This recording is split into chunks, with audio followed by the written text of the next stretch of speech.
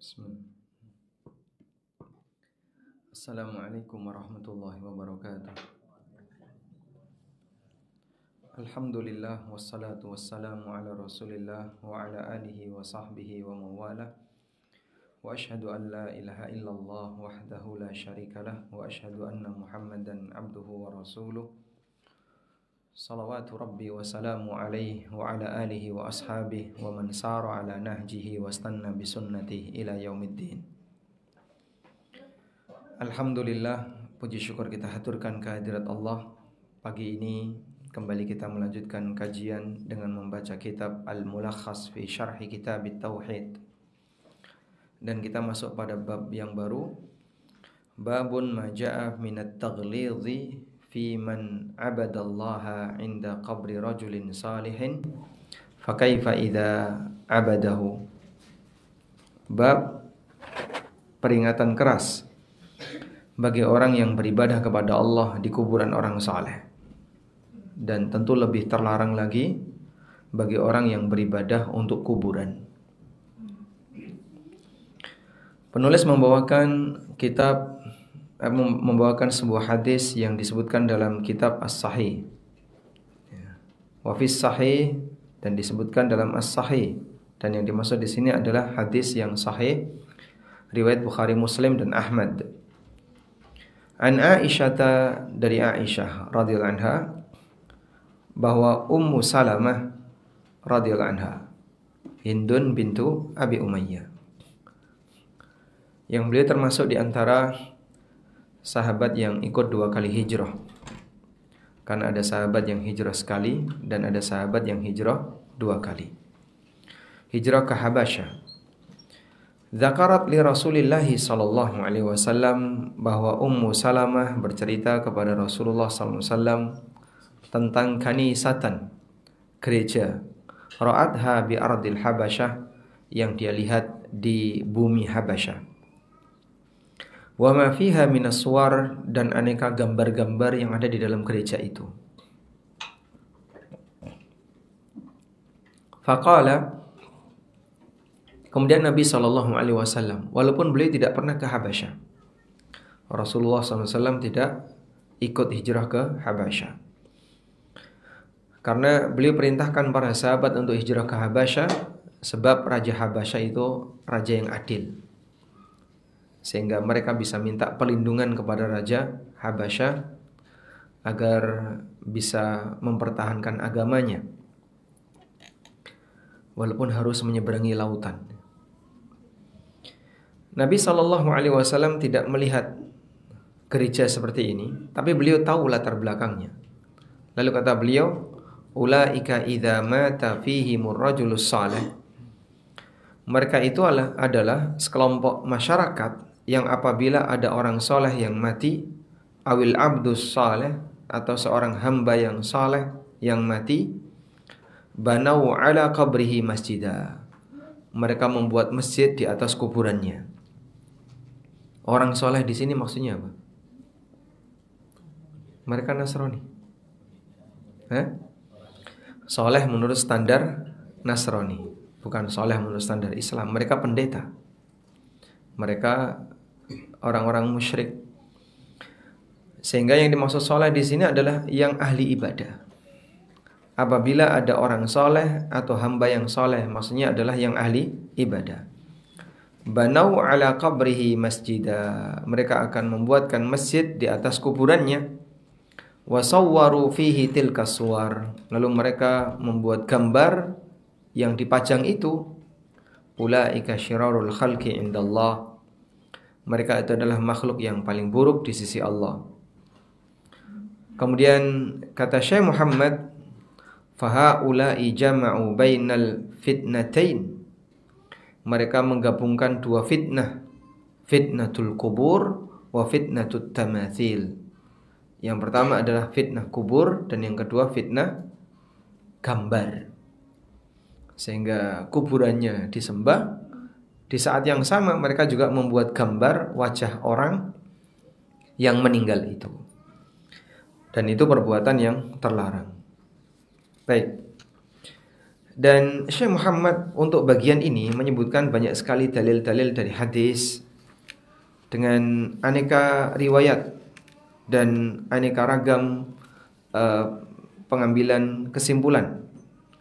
Karena bagian inilah salah satu di antara titik sengketa di tengah kaum muslimin berkaitan dengan masalah penilaian kesyirikan atau wasilah menuju kesyirikan, yaitu tentang masalah kuburan.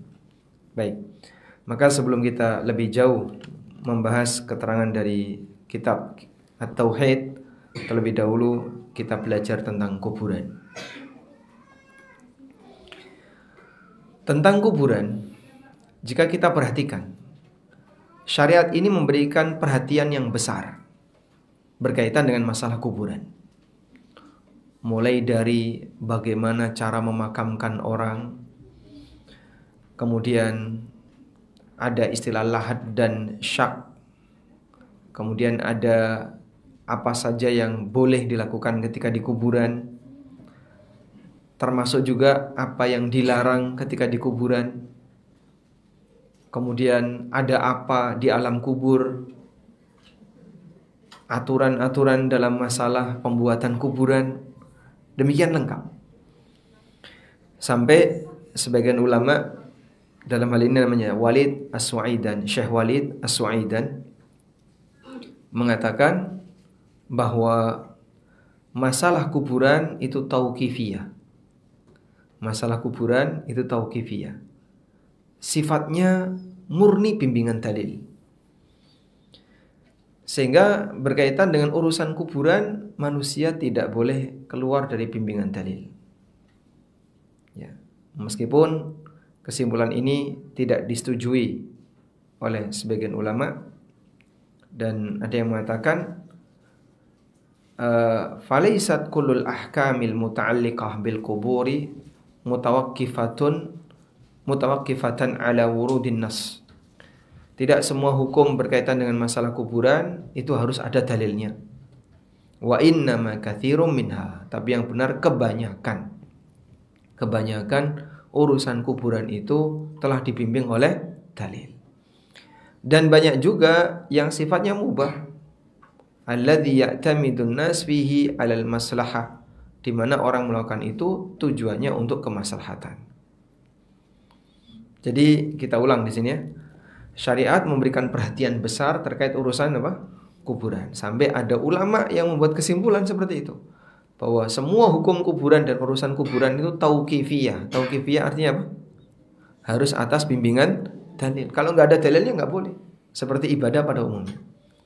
Namun kesimpulan ini tidak benar. Yang benar kebanyakan urusan kuburan itu telah diatur oleh syariat, meskipun sifatnya tidak tauqifiyah.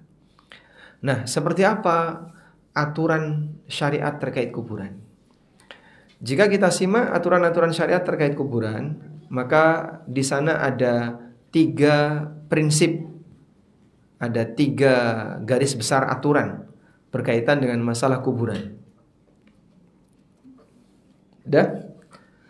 Yang pertama adalah aturan terkait pembuatan kuburan. Aturan terkait pembuatan kuburan. Nah, aturan terkait pembuatan kuburan, 1, orang mati wajib dikubur. Dan Allah Subhanahu wa taala sebutkan itu dalam Al-Qur'an, "Tsummas sabila yassara, tsumma amatahu fa aqbara." Allah mewafatkan manusia, mematikan manusia, dan Allah menguburkannya. Sehingga fitrah manusia ketika orang itu mati, dia akan memakamkan orang mati itu. Itu fitrah. Maka semua ajaran yang dia mengajarkan bahwa orang mati tidak dikubur, itu melawan fitrah.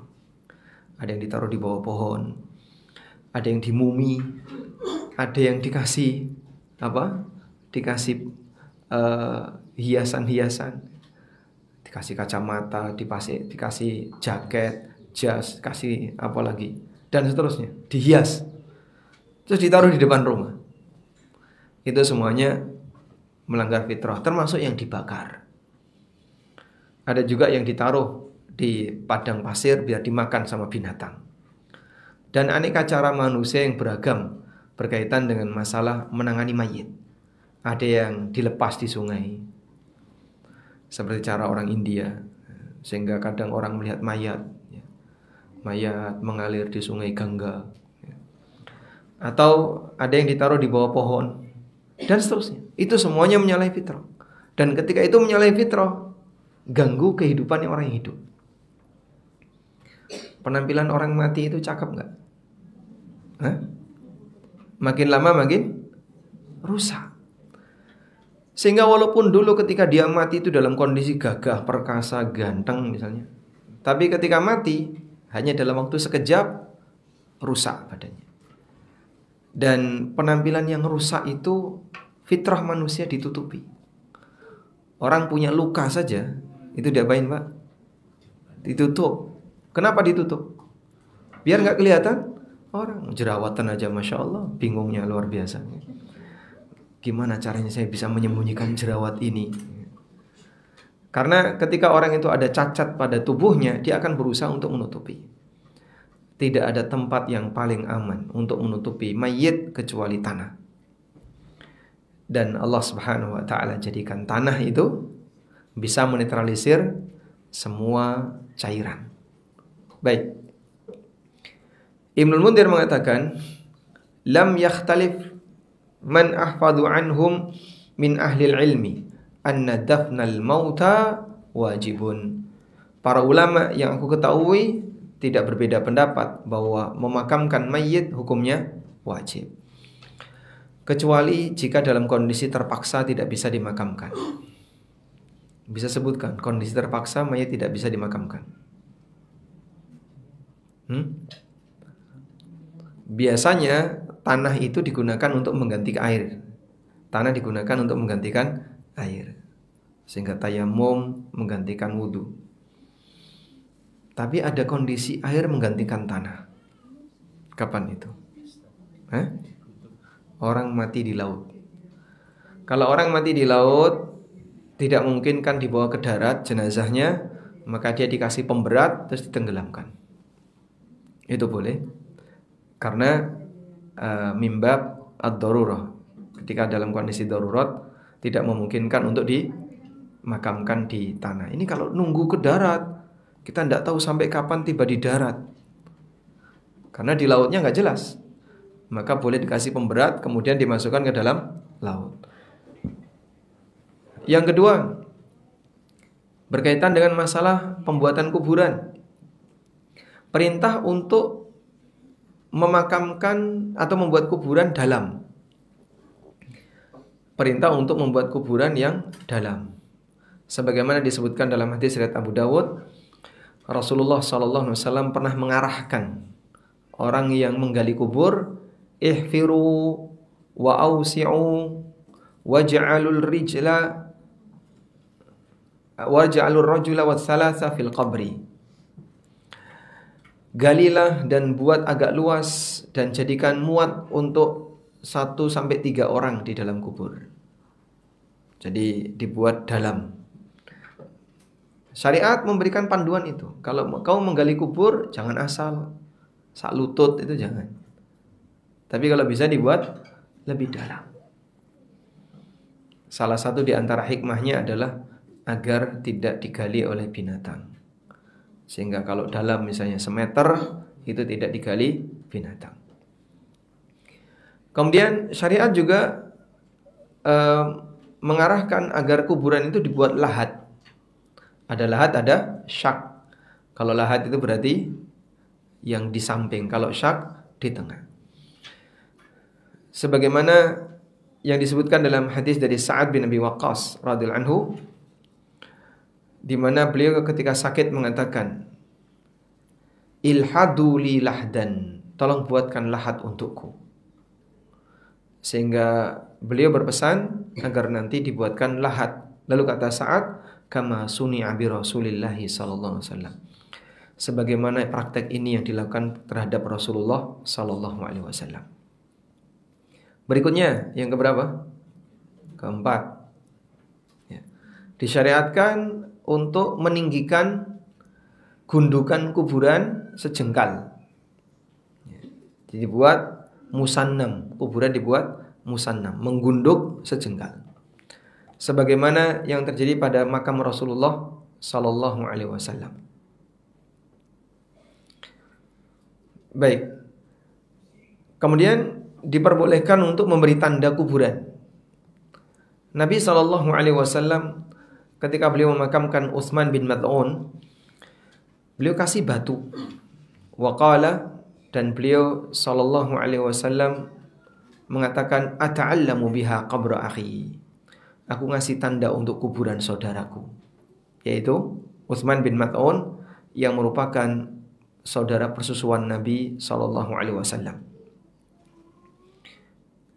Sehingga diperbolehkan ngasih tanda, maka dikasih apa namanya? Dikasih nisan, itu hukumnya boleh. Hanya saja ulama beda pendapat mengenai bolehkah ada tulisan. Sebagian ulama membolehkan jika tujuannya untuk lil i'lam, untuk memberi tanda, dan sebagian ulama ada yang melarang. Baik. Meskipun ada juga yang berpendapat bahwa kuburan tidak boleh diberi tanda, makruh diberi tanda, dan ini pendapat Ibrahim An-Nakhai. Kata Ibrahim An-Nakhai, kanu yakrahuna ayyu'allima ar-rajulu qabrah. Dulu orang-orang soleh di masa silam, kalau Ibrahim An-Nakhai tabi'in berarti bisa jadi para tabi'in atau juga para sahabat, mereka tidak menyukai seseorang memberi tanda untuk kuburannya.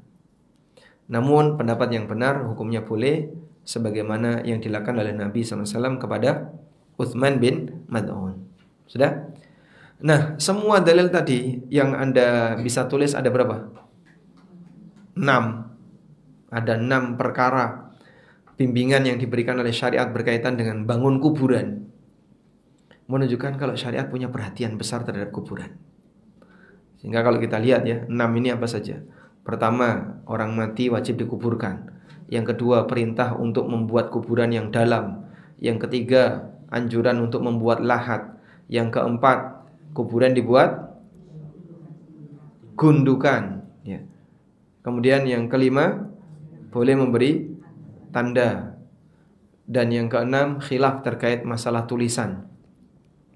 Itu semuanya menunjukkan bahwa syariat punya perhatian besar terhadap masalah kuburan.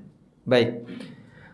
Kemudian sisi yang kedua, tadi kita baru sebutkan yang pertama ya, tentang aturan pembuatan kuburan. Ini beda dengan bangun rumah. Bangun rumah tidak lebih lengkap aturannya daripada bangun kuburan. Sehingga orang bangun rumah punya kelonggaran, bebas terserah. Ya. Meskipun ada beberapa panduan, tapi kuburan lebih lengkap panduannya. Padahal rumah kuburan tidak lebih hebat daripada rumah orang hidup. Yang kedua, mengenai bimbingan syariat dalam menjaga kehormatan kuburan. Sisi yang kedua adalah penjagaan syariat terkait kehormatan kuburan. Jadi yang pertama tadi tentang masalah membuat kuburan, yang kedua tentang bagaimana syariat menjaga kehormatan kuburan. Ada banyak sekali bimbingan yang diberikan oleh syariat untuk menjaga kehormatan kuburan. Di antaranya, 1, tidak diperbolehkan buang hajat di kuburan. Nabi SAW pernah bersabda, "Wa ma ubali awsatal kuburi qadaitu hajati aw wasatas suq." Aku enggak peduli apakah saya buang hajat di tengah kuburan atau di tengah pasar. Menunjukkan tindakan tercela. Yang beliau gambarkan, orang yang buruk adalah ketika dia buang hajat di sembarang tempat. Seperti orang yang buang hajat di tengah kuburan atau di tengah pasar, dan dia nggak peduli. Coba buang hajat di tengah pasar, semua orang sepakat apa? Jelek. Sehingga tidak boleh buang hajat di kuburan. Yang kedua, larangan untuk masuk kuburan dengan sandal. Seperti yang pernah dilakukan oleh Rasulullah SAW ketika beliau melihat ada orang yang jalan di tengah kuburan fi na'lain, dengan menggunakan 2 sandal. Qala, kemudian Nabi SAW mengatakan, "Ya sahiba as-sibtitain." Ya sahibah as-sibtitiyah tain. Sibtitiyah itu sandal yang terbuat dari kulit tapi sudah mulai brodol bulunya. Itu namanya sandal sibtitiyah. Rasulullah sallallahu alaihi wasallam melarang orang yang menggunakan sandal itu untuk berjalan dengan sandalnya lalu dilepas fa'alqahuma, terus dilempar sandalnya. Yang ketiga, larangan untuk duduk di atas kuburan. Sebagaimana disebutkan dalam hadis, li ayyajlisa ahadukum ala jamratin. Ketika kalian duduk di atas bara sampai bara itu membakar pakaiannya kemudian mengenai kulitnya, khairun lahu min ayyajlisa ala qabri muslimin. Itu lebih baik daripada dia duduk di atas kuburan orang muslim. Hadis riwayat Muslim. Nah, kemudian berikutnya, larangan untuk bongkar kuburan tanpa alasan, bahkan sampai mematahkan tulangnya. Berdasarkan sabda Nabi SAW, inna kasra azmil mu'mini mayitan mithlu kasri hayya. Mematahkan tulang mukmin yang sudah mati dosanya sama seperti mematahkannya ketika masih hidup. Hadis riwayat Ahmad, Abu Daud dan yang lainnya. Sehingga kalau orang gali kubur kok nemu tulang, jangan dilanjutkan. Kenapa? Nanti akibatnya apa? Akan merusak tulang orang itu. Kecuali jika dalam kondisi terpaksa. Ini juga nggak cukup. Apapun itu dia harus dimakamkan di sini. Maka kalau begitu dia harus berhati-hati, jangan sampai mematahkan tulang. Dan terkadang tukang-tukang gali kubur itu kurang begitu sopan terhadap orang yang sudah mati, sehingga kadang nemu tengkorak malah dipecah. Kadang nemu tulang-tulang kena pacul, ya cuman dikumpul-kumpulin terus nanti pas selesai dimakamkan dicampur di situ. Dan ini sikap yang kurang sopan terhadap kehormatan kuburan. Selanjutnya, berikutnya nomor berapa? 5. Yang nomor 5, disyariatkan untuk ziarah kubur dan memberi salam kepada mereka. Sehingga kita menghormati kuburan dengan cara ziarah kubur lalu memberi salam, mendoakan kepada ahlul kubur. Aisyah radhiyallahu anha bertanya kepada Nabi SAW, apabila beliau berziarah kubur, ma taqul, apa yang harus diucapkan? Faqala, lalu Nabi SAW mengatakan, quli assalamu alaikum ahlad diyar minal mu'minina wal muslimin wa yarhamullahu al-mustaqdimina minna wal mustakhirin wa inna insyaallahu bikum lahikun.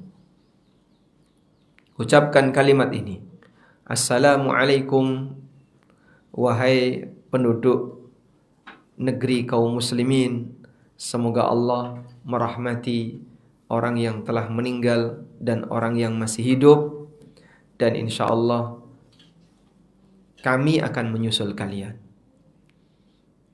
Menyusul orang yang sudah mati itu kan pasti. Kenapa Nabi SAW mengucapkan insyaallah? Karena waktunya tidak jelas. Karena waktunya tidak jelas dan kematian itu kembali kepada kehendak Allah Subhanahu wa taala. Dan ulama sepakat disyariatkan untuk ziarah kubur. Sehingga ini salah satu di antara bentuk bagaimana syariat memuliakan orang yang berada di kuburan. Jadi tidak kemudian ditinggal begitu saja, tapi didatangi untuk diziarahi dan mereka diberi salam. Ya. Selanjutnya, berkaitan dengan ziarah kubur, ada beragam bentuk dan tujuan. Yang pertama, ziarah kubur dalam rangka untuk mengenang mati dan mendoakan mayit.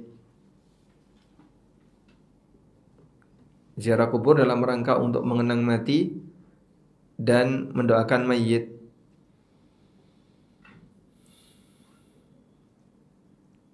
Hukumnya disyariatkan sebagaimana arahan yang diberikan Nabi SAW kepada Aisyah yang tadi sudah kita baca. Dan beliau mengatakan, kuntu nahaitukum an ziyaratil kubur fal'ana fazuruha fa innaha tudzakirukumul akhirah. Dulu aku melarang kalian untuk ziarah kubur, sekarang silakan lakukan ziarah kubur, karena itu akan mengingatkan kalian terhadap akhirat. Kemudian yang kedua, ziarah kubur dengan tujuan untuk mengenang kesedihan.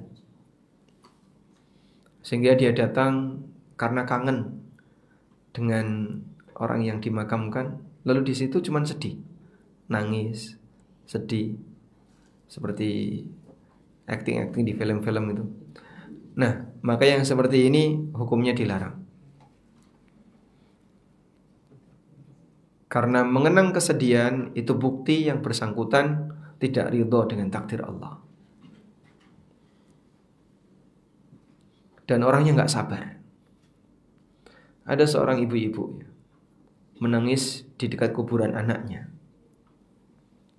Lalu Nabi SAW menyapa wanita ini dan beliau mengatakan, isbiri wahtasibi, sabar dan mengharaplah pahala dari Allah. Kemudian wanita ini mengatakan, ilaika anni, pergi kamu dariku. Ya. Dia nggak tahu kalau di belakang itu adalah Nabi SAW. Kamu tidak merasakan kesedihan yang aku alami. Akhirnya Nabi SAW pergi. Kemudian wanita ini diberitahu, tadi yang ngasih tahu kamu itu Nabi SAW. Akhirnya dia pun datang untuk minta maaf kepada Rasulullah SAW. Apa kata Nabi SAW? Innamas sabru indas sadamatil ula. Sabar itu yang dinilai adalah ketika kejadian yang pertama. Saat kau masih sangat sedih, di waktu itulah ujianmu untuk sabar sedang berlangsung. Maka kalau kau ketika itu gagal sabar, ya tidak berarti sabar setelahnya. Sekarang aku sabar, sudah lupa. Yang ketiga, ziarah kubur untuk tujuan menyolati jenazah. Hukumnya dianjurkan bagi mereka yang belum sholat ketika jenazah belum dimakamkan. Baik, ini 3 jenis ziarah kubur, dilihat dari apa? Tujuannya. Ada juga ziarah kubur untuk tujuan syirik. Ya, tentu saja ini tidak boleh. Kita tidak bahas bagian itu. Selanjutnya, tadi ada 2 ya. Yang pertama tadi aturan syariat terkait bangunan kuburan. Yang kedua, aturan syariat dalam menjaga kehormatan kuburan. Yang ketiga, aturan syariat dalam rangka menjaga akidah yang berhubungan dengan kuburan.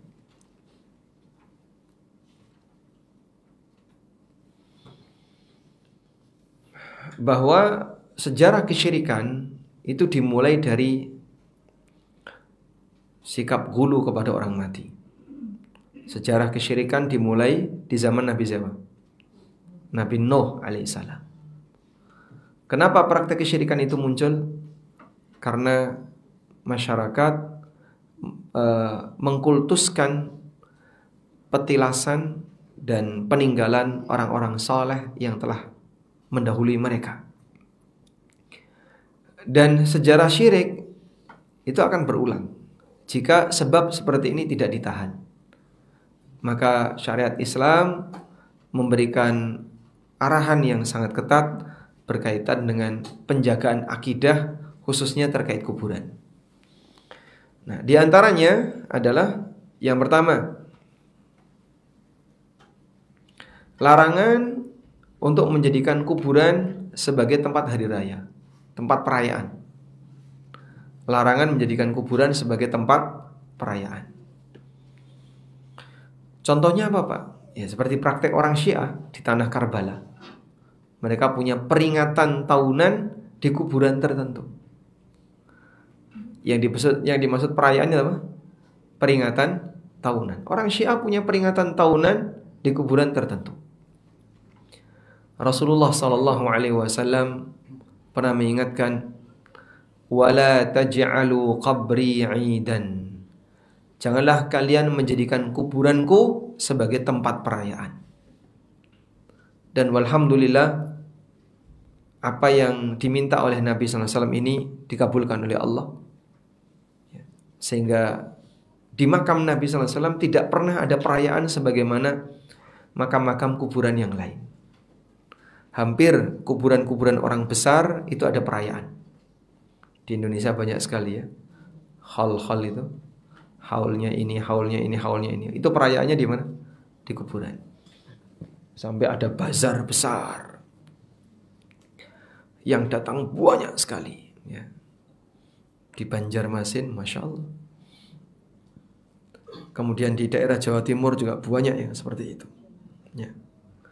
Sehingga ada kegiatan tahunan merayakan atau perayaan haul kematian orang tertentu, diperingati tahunan. Nah, agendanya ada di pusat kuburan itu. Nah, tapi pengaruhnya keluar banyak sekali. Ada bazar, ada apa lagi? Ada aneka lomba-lomba dan seterusnya. Yang kedua, larangan untuk sholat menghadap ke kuburan. Nabi SAW bersabda, la tajlisu 'alal kubur wa la tusallu ilaiha. Janganlah kalian duduk di atas kuburan dan jangan sholat menghadap ke arah kuburan. Hadis riwayat Muslim. Yang dimaksud sholat menghadap kuburan adalah kuburan ada di kiblatnya, tepat. Sehingga dia rukuk, sujud, depannya ada kuburan. Selanjutnya yang ketiga, larangan untuk membuat bangunan apapun di atas kuburan. Kalau membuat gundukan tadi, itu bukan bangunan. Itu tanah yang dipakai untuk memakamkan. Karena di dalamnya sudah ada jenazah, jadinya ada kelebihan. Maka kelebihan itu tidak dibuang, tapi ditaruh di atasnya, jadilah gundukan. Dan kita sepakat sebatas gundukan seperti itu bukan bangunan. Dan bangunan itu ketika didatangkan unsur yang lain dari luar kemudian ditaruh di situ. Seperti dikasih kijing atau di semen dan seterusnya. Dan larangan ini cukup banyak, di mana Nabi SAW melarang untuk yubna 'alal kubur. Naha ayyubna 'alal kubur. Nabi SAW melarang dibuatkan bangunan di atas kuburan. Dan juga beliau melarang at-tajsis, kuburannya dilepo, diaci, dan aneka larangan yang lainnya. Nah, semua larangan itu tujuannya apa? Dalam rangka menjaga keutuhan akidah, keselamatan akidah kaum muslimin terkait masalah kuburan, agar jangan sampai mereka mengkultuskan kuburan. Karena kultus berawal dari aneka bangunan-bangunan itu. Berikutnya, yang keberapa? Keempat, larangan untuk bangun masjid di atas kuburan. Baik masjid jami, masjid jamaah, atau apapun itu. Dibuat mushola atau tempat ibadah khusus di dalam kuburan atau di area kuburan, hukumnya dilarang.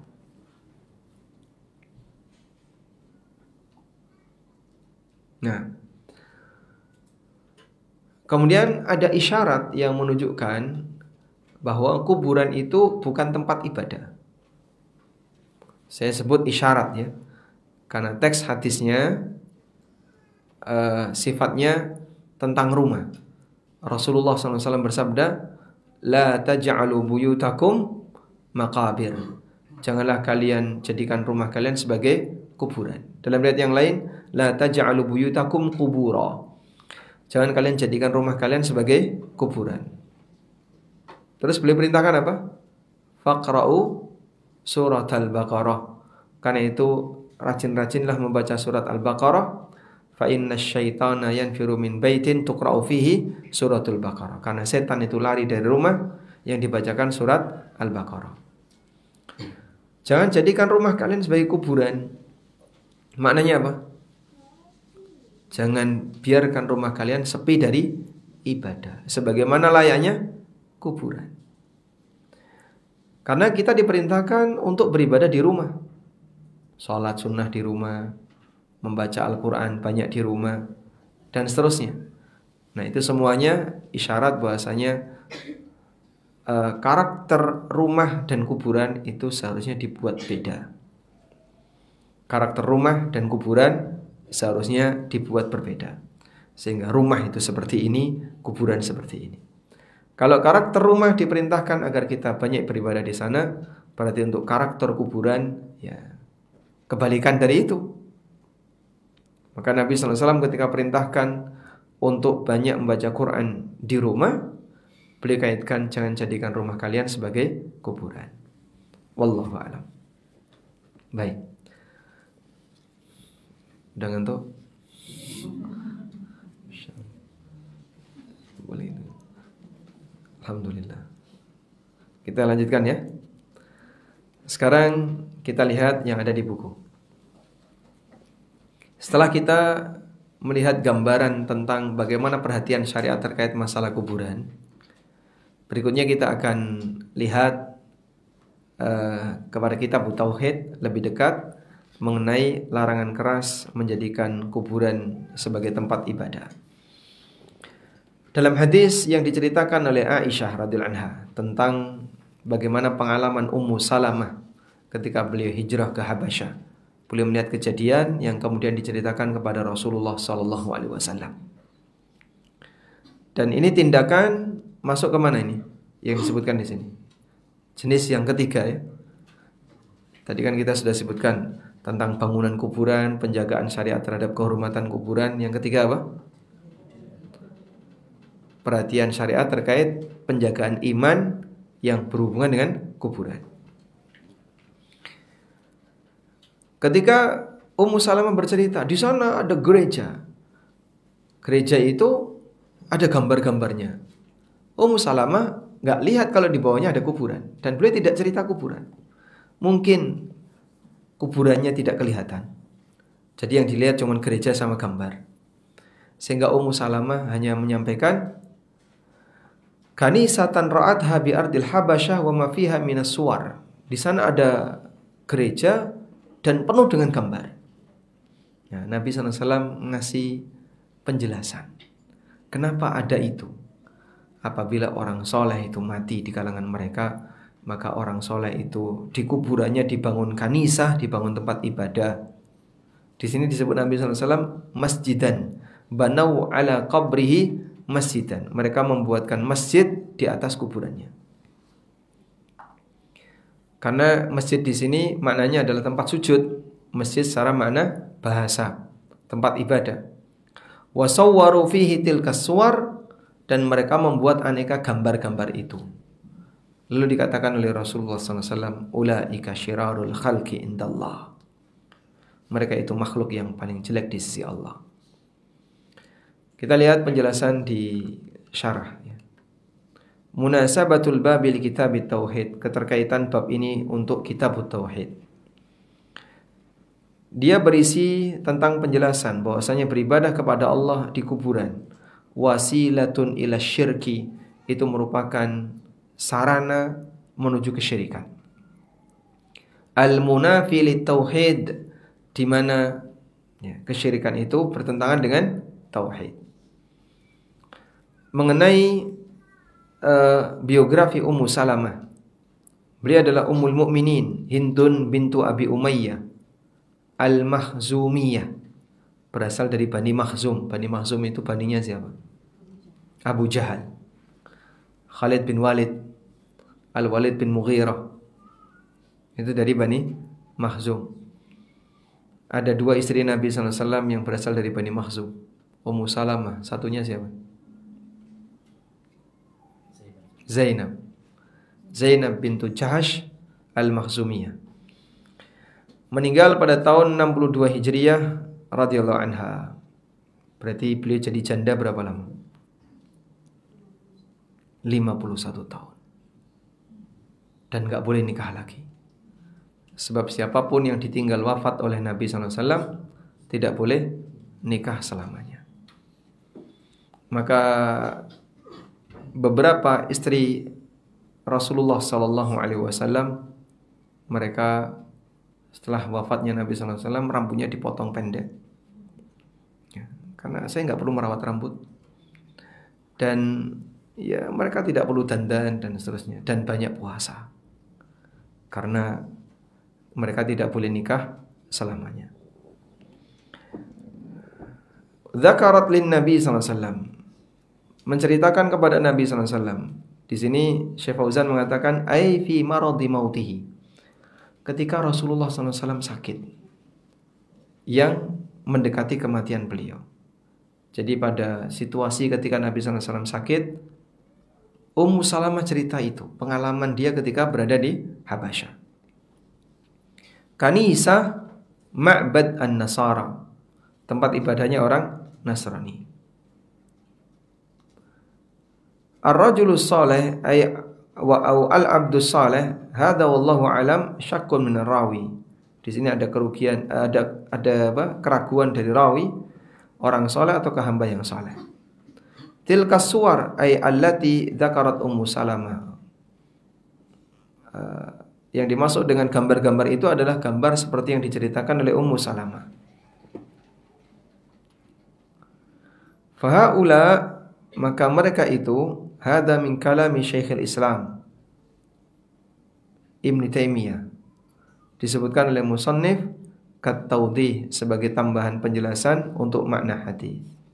Jadi lihat di bagian bawah ya. Setelah penggalan hadis, lalu ada komentar fahaula'i jama'u bainal fitnatain. Mereka itu menggabungkan antara dua fitnah. Fitnatul kubur wa fitnatut tamathil.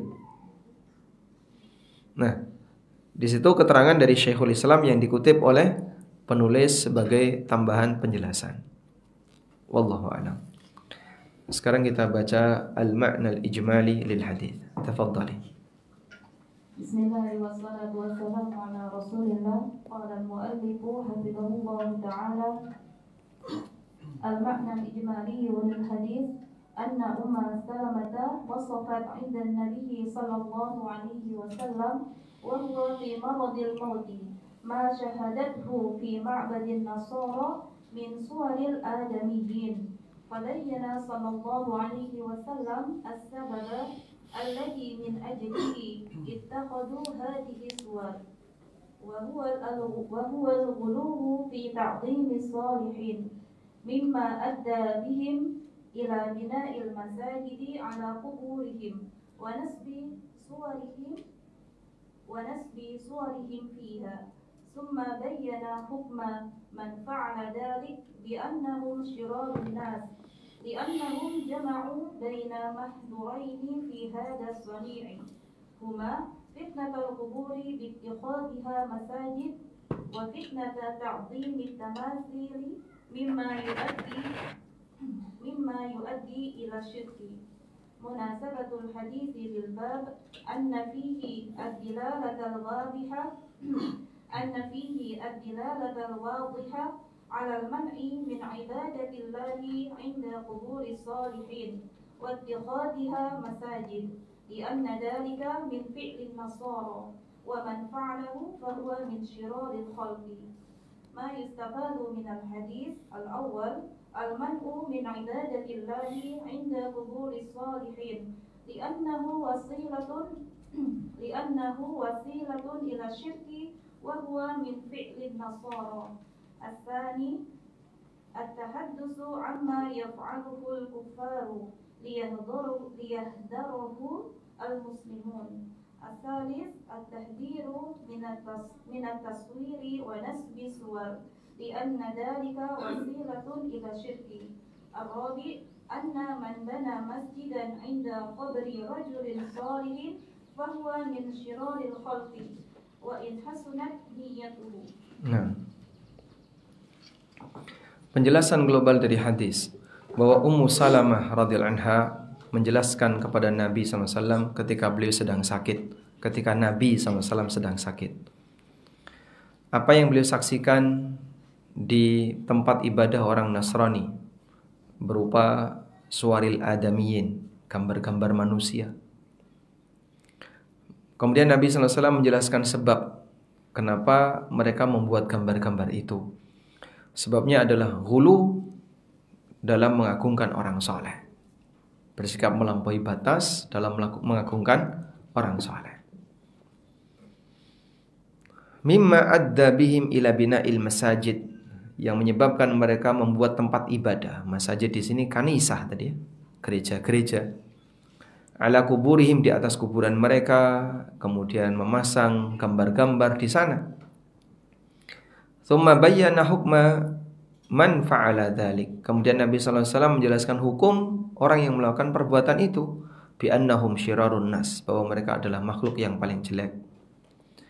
Karena mereka menggabungkan antara dua hal yang terlarang dengan perbuatan ini, yaitu fitnah kuburan, di mana kuburan itu dijadikan sebagai masjid, dan fitnah mengagungkan gambar atau mengagungkan berhala, mimma yuaddi ila syirk, yang itu bisa mengantarkan kepada praktek kesyirikan.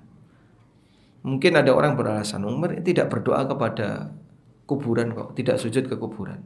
Iya, tapi itu bisa menjadi sarana orang untuk berbuat syirik. Dan jika ada potensi yang berbahaya, maka yang dilarang tidak hanya bahayanya saja, tapi juga sarana yang bisa mengantarkan kepada bahaya. Dan itu dalam urusan dunia telah terlaksana. Di beberapa tempat di mana keselamatan itu nomor satu, safety first, itu apapun kegiatan yang membahayakan atau mengarah kepada bahaya sudah dilarang. Jadi misalnya ya, ketika ada pesawat mau landing, semua kendaraan tidak boleh bergerak di sekitarnya. Pesawat gerak dikit aja nggak boleh bergerak di sekitarnya. Itu salah satu contohnya. Karena seperti ini adalah dalam rangka untuk keselamatan. Nah, mereka menghargai itu, tapi keselamatan agama terkadang kurang dihargai. Sehingga misalnya ini berbahaya, bisa mengantarkan kepada kesyirikan, gak digubris. Selanjutnya, keterkaitan hadis terhadap bab, bahwasanya dalam hadis ini terdapat dalil yang sangat tegas mengenai larangan beribadah kepada Allah di kuburan orang soleh, termasuk menjadikan kuburan sebagai masjid. Karena ini perbuatan Nasrani, dan itu adalah perbuatan, dan siapa yang melakukannya maka dia termasuk makhluk yang paling buruk. Pelajaran dari hadis, larangan untuk beribadah kepada Allah di kuburan orang soleh, karena ini bisa menjadi sarana kesyirikan, dan ini praktek Nasrani. Yang kedua, menceritakan perbuatan orang kafir agar menjadi perhatian bagi kaum muslimin. Yang ketiga, peringatan untuk menjauhi aneka gambar atau patung dan memasang patung, karena ini juga sarana untuk melakukan kesyirikan. Yang keempat, siapa yang bangun masjid di kuburan orang soleh, maka dia adalah syirarul khalqi, makhluk yang paling buruk. Wa in hasunat niyatuhu, meskipun niatnya benar menurut dia, karena niatnya kan untuk memuliakan orang soleh. Baik, jadi berkaitan dengan kenapa kita dilarang untuk beribadah di kuburan. Para ulama berbeda pendapat mengenai taklil, alasan kenapa dilarang untuk beribadah di kuburan. Pendapat yang pertama, dilarang untuk beribadah di kuburan karena tanahnya najis. Sebab di situ dimakamkan mayit dan nanti akan mengeluarkan darah, cairan najis dan seterusnya, sehingga tanahnya jadi najis, ngerembes-ngerembes ke atas terus tanahnya jadi najis. Namun pendapat ini pendapat yang kurang tepat, karena terbukti Nabi SAW pernah sholat jenazah di atas, atau mensolati jenazah di mana? Di kuburan. Ketika beliau tidak sempat sholat sebelum orang itu dimakamkan. Yang kedua, alasan kenapa dilarang untuk beribadah di kuburan adalah karena itu sarana yang bisa mengantarkan kepada kesyirikan.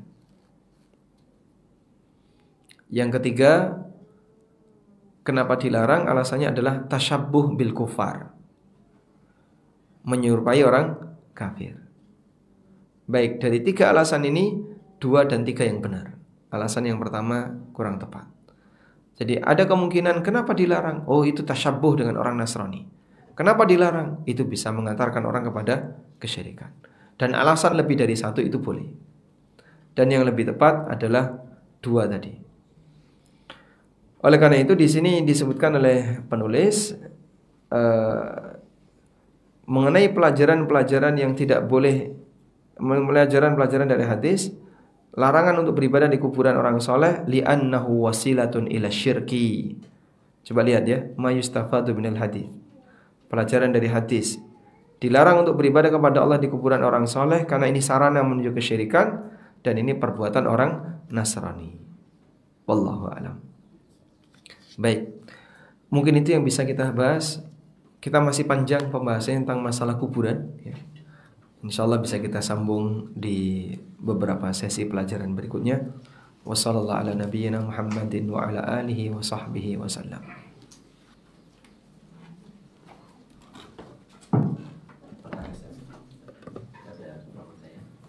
Bismillahirrahmanirrahim. Assalamualaikum warahmatullahi wabarakatuh. Bismillah. Pak Ustaz, Anda izin bertanya terkait mungkin kaidah tarbawiyah. Di sini disebutkan bahwa Ummu Salamah menceritakan tentang kondisi gereja-gereja di Habasyah ketika Rasulullah SAW itu hendak meninggal dunia. Padahal kalau tidak salah, Ummu Salamah itu dinikahi Rasulullah SAW pada tahun 5 Hijriah. Kalau tidak salah, apa faedah dari mengakhirkan yang Ummu Salamah bertanya kepada Rasulullah SAW tentang terkait dengan hal ini. Kemudian yang kedua, apakah memang ini bentuk adab seorang istri ketika dia bercerita tentang sesuatu kepada suaminya yang notabene kondisi suami dalam keadaan susah, yaitu dalam keadaan sakit. gitu. Masya Allah. Kalau latar belakang kenapa kok ditunda oleh Ummu Salamah, padahal kejadiannya sudah cukup lama ya. Beliau tunda kan kurang lebih berarti 5 tahunan baru cerita. Wallahu alam, kita tidak tahu. Perlu ditanyakan ke Ummu Salamah langsung ya. Ada nggak di situ? Saya tidak tahu. Dan saya kira itu tidak penting ya. Bisa jadi kemungkinan karena Nabi SAW mendekati kematian beliau, itu beliau banyak memberikan larangan tentang masalah kuburan.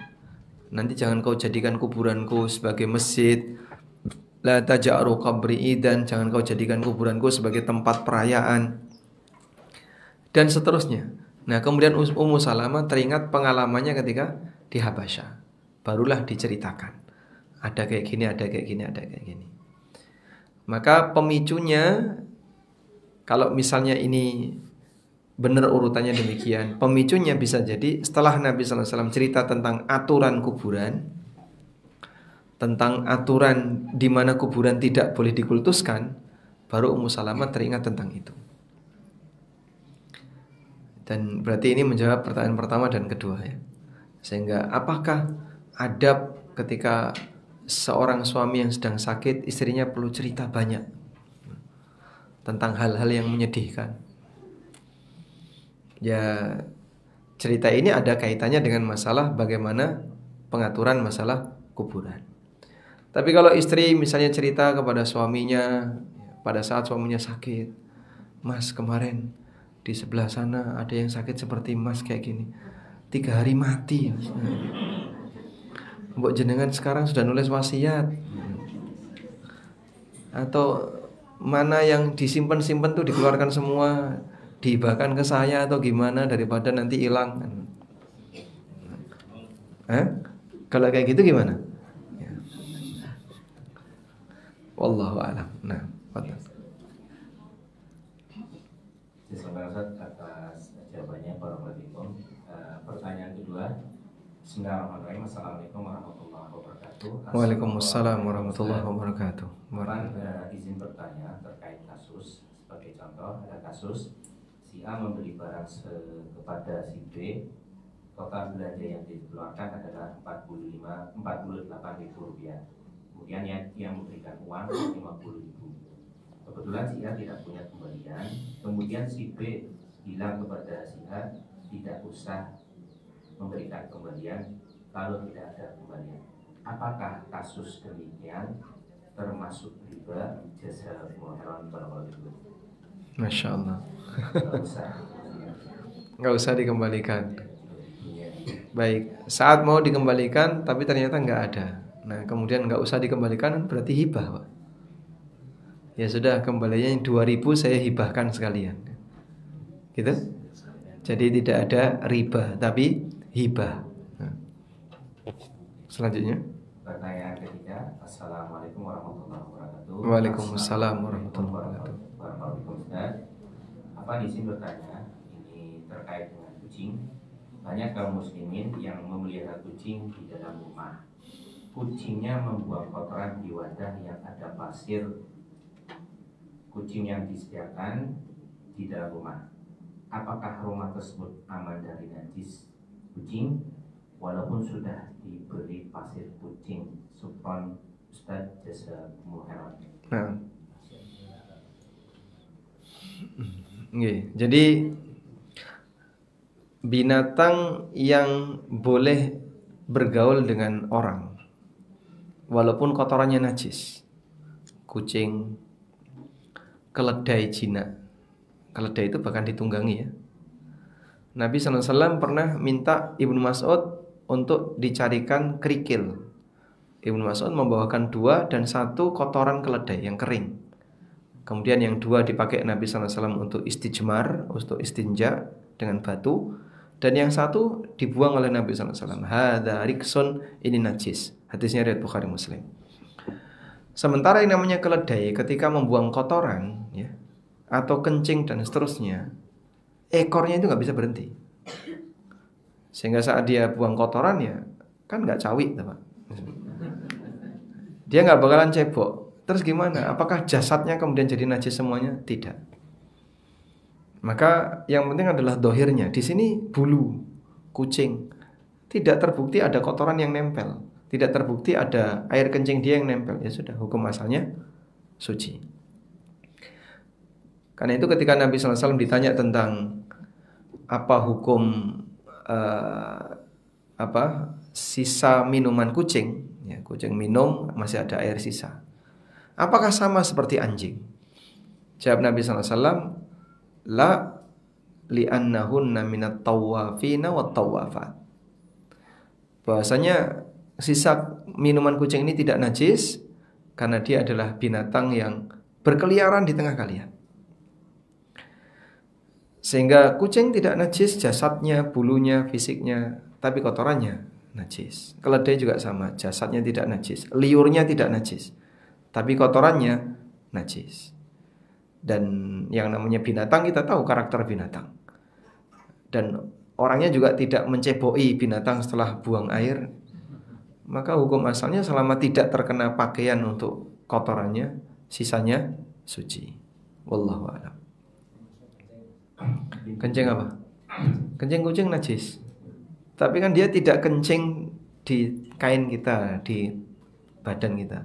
Dia kencing misalnya di pasir. Dia buang kotoran di pasir. Habis itu kan gak cebok, Pak Ustaz. Iya memang gak cebok, tapi bulunya kan tidak najis.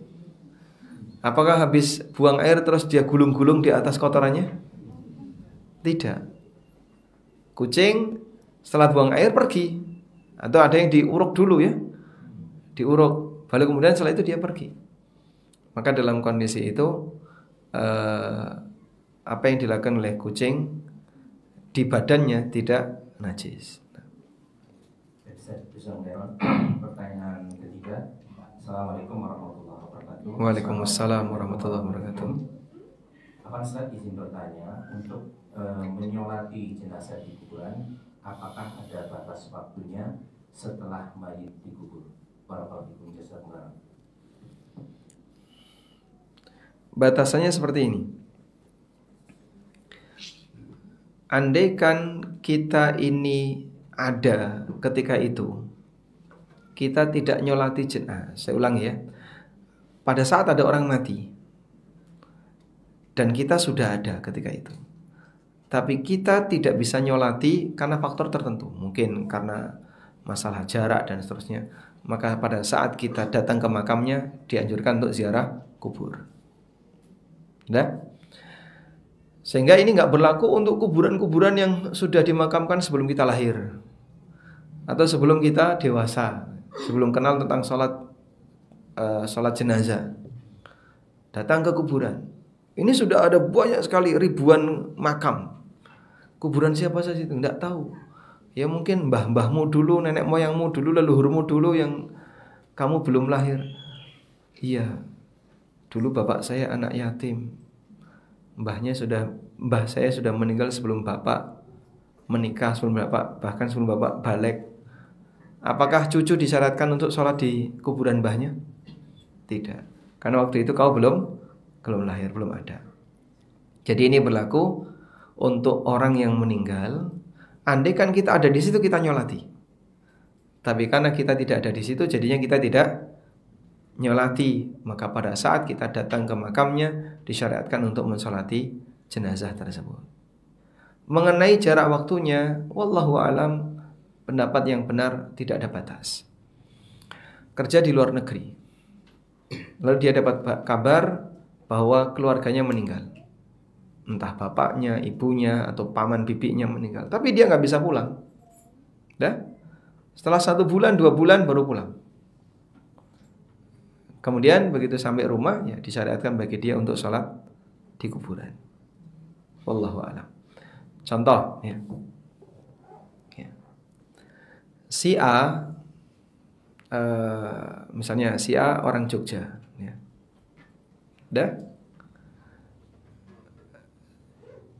Pada tanggal 1 Januari misalnya, pada tanggal 1 Januari 2025, ayahnya si B, seorang perempuan, ini meninggal. Tanggal 1 Januari 2025. Si A orang Jogja, tidak kenal dengan B. Bulan Juli 2025, si A nikah dengan B. Dalam posisi ayahnya B sudah meninggal. Baik, pertanyaannya, apakah A disyariatkan sholat di kuburan mertuanya? Iya atau tidak? Iya atau tidak? Tidak, kenapa? Pada waktu bapaknya B ini meninggal, A nggak kepikiran kalau itu akan jadi istrinya. Maka andaikan dia ketika itu masih hidup dan lihat ada pengumuman di sana ada jenazah, apa hubungannya? Karena dia tidak ada kaitannya dengan itu. Paham ya? Nah, sehingga kira-kira saat orang itu hidup atau saat orang itu meninggal, orang yang hidup ini tidak ada keinginan untuk nyolat jenazah karena nggak ada hubungannya menurut dia, nggak kenal dan seterusnya, maka begitu dia sudah dimakamkan, tidak perlu untuk sholat di makamnya. Wallahu a'lam. Pertanyaan terakhir, Assalamualaikum warahmatullahi wabarakatuh. Waalaikumsalam warahmatullahi Allah wabarakatuh. Subhanahu wa taala senantiasa menjaga Ustaz dan keluarga. Amin walakum bimithli. Izin bertanya Ustaz, jika seorang bapak mempunyai 3 orang anak, yaitu 2 laki-laki dan 1 perempuan, beliau beringat akan menghibahkan hartanya kepada ketiga anaknya. Apakah sah hibah cuma dengan surat kesepakatan bersama yang ditandatangani bapak tersebut dan anak-anaknya, atau harus di depan notaris, atau bagaimana baiknya Ustaz? Jazakallahu atas jawabannya. Baik, jadi hibah itu sah dengan lisan, tidak harus dengan tulisan. Meskipun di zaman sekarang tulisan lebih kuat daripada lisan. Kalau dulu lisan itu yang utama, maka kaidahnya kan tulisan menggantikan lisan, bukan lisan menggantikan tulisan. Kalau sekarang tulisan yang paling kuat. Nah, terkait dengan posisi tulisan, ini adalah bentuk akad sebagaimana lisan. Tulisan itu sebagaimana lisan. Sifatnya apa? Akad. Namun hibah itu tidak selesai hanya dengan akad, harus ada serah terima. Kalaupun bapak membuat tulisan hibah, kemudian dia tanda tangani, tapi setelah itu tidak diserahkan, masih dipegang, masih digarap sendiri, kemudian anak-anak juga belum diizinkan untuk memiliki, berarti status hibah itu belum sah. Karena hibah berstatus sah jika sudah diserahkan. Jadi kata kuncinya diserahkan.